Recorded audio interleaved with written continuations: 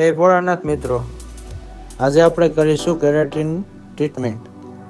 સૌપ્રથમ આપણે ક્લાયન્ટના hair wash કરવાના છે.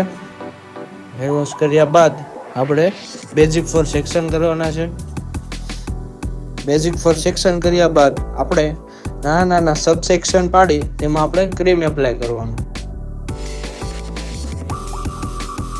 કેરાટીનનું જે ક્રીમ છે આપણે તે પ્રોપર હેરમાં બેસી જાય એ રીતના આપણે બધા જ હેરમાં વ્યવસ્થિત રીતે ક્રીમ એપ્લાય કરવાનું છે. સેક્શન નીટ એન્ડ ક્લીન હોવું જોઈએ અને ક્રીમ પણ પ્રોપર બધા જ હેરમાં લાગી જાય એનું ખાસ આપણે ધ્યાન રાખવાનું છે.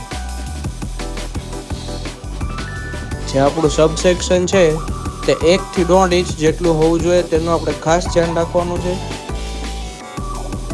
જેથી આપણું જે કેરાટીનનું ક્રીમ છે તે વાળમાં બધા જ હેરમાં સરખી રીતે લાગી જાય.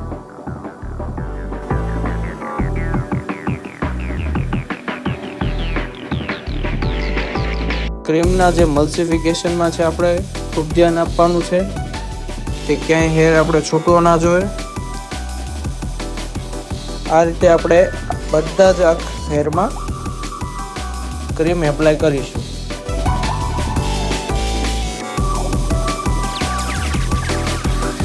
કેરાટીન એ એક પ્રોટીન ટ્રીટમેન્ટ છે જેનાથી હેરને બહુ જ ફાયદો થાય છે. જે આપણા ડેમેજ હેર હોય છે તે રિપેર થાય છે, વાળની સ્ટ્રેન્થ વધે છે, વાળમાં શાઇન આવે છે, ચમક આવે છે અને સ્મૂથ થાય છે.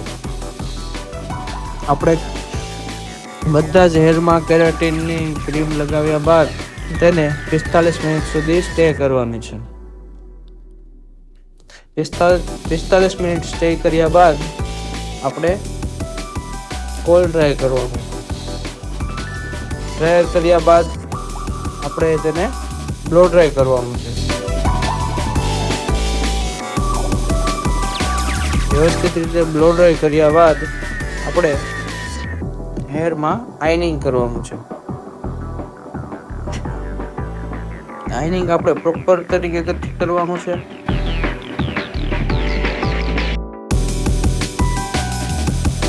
હેરમાં 10 થી 12 સ્ટ્રોક આઇનિંગ કરવાના છે, જેથી તેમાં રહેલી પ્રોડક્ટ બર્ન થઈ જાય અને હેર ફ્રી થઈ જાય. સેમ ડે વોશ નહીં થાય, 2 દિવસ પછી વોશ કરવાનું છે અને આપણે રિઝલ્ટ જોઈશું.